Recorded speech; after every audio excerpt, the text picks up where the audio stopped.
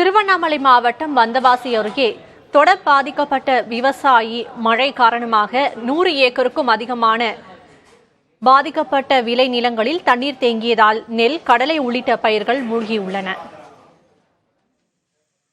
வந்தவாசி மற்றும் அதன் சுற்றுப்புற பகுதிகளில் கடந்த 2 நாட்களாக தொடர்ந்து கனமழை பொழிந்தது. இதன் காரணமாக காவேரிப்பாக்கம், கல்லாங்குத்து, தென்வணக்கம்பாடி, மருதாடு உள்ளிட்ட பகுதிகளில் விளை நிலங்களில் மழைநீர் தேங்கியது. அங்கு பயிரிடப்பட்டிருந்த நெற்பயிர்கள், வேர்க்கடலை, எள்ளு உள்ளிட்ட பயிர்கள் நீரில் மூழ்கியுள்ளன.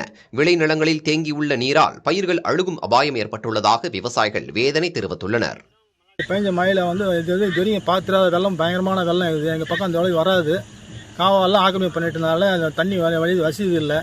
இதுக்கு நான் பல முறை சொல்லி யாரும் கவனி எடுக்கல. அதை இப்போ நீங்கள் தான் தந்தி மூலியமாக சொல்கிறேன், மீடியா மூலியம் சொல்லி நான் பதிவு விட்டுறேன். யாருன்னா தயவுசெய்து அரசாங்கம் தலையிட்டு இந்த வாழ்க்கையை சீட் பண்ணி விட்டிங்கன்னா விவசாயம் பண்ணுறது நல்லாயிருக்கும்.